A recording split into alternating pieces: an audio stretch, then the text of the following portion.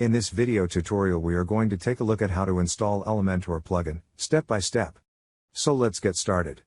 So from your WordPress dashboard, go to Plugins and select Add New from here. Then search for Elementor in the search bar. The first result is what we are looking for. It has 5 million plus active installations. Install it from here. This is by Elementor.com, then activate it.